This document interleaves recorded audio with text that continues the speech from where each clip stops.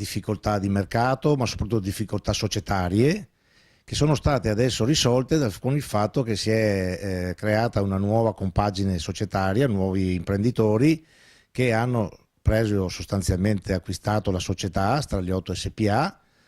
Adesso potranno quindi prendere in affitto l'azienda temporanea in modo tale che ci sia continuità sia della produzione sia soprattutto dell'occupazione, e poi parteciperanno al concordato e quindi potranno avviare definitivamente con una nuova proprietà, una nuova società, la produzione e continuare la produzione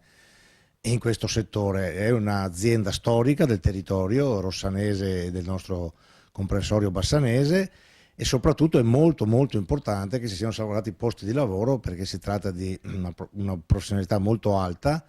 e di tante persone, perché sono oltre 70 dipendenti, e quindi sarebbe stata un'ulteriore difficoltà per un territorio che ha già avuto tanti problemi, che invece finalmente sta riprendendo. Io sono contento del fatto che, stando vicino a questa società nel momento più critico, siamo riusciti, lavorando in collaborazione anche con i professionisti, a individuare dei nuovi imprenditori che hanno potuto quindi ricapitalizzare la società e farla ripartire nel più breve tempo possibile, garantendo comunque già fin d'ora la continuità senza perdere un giorno di lavoro.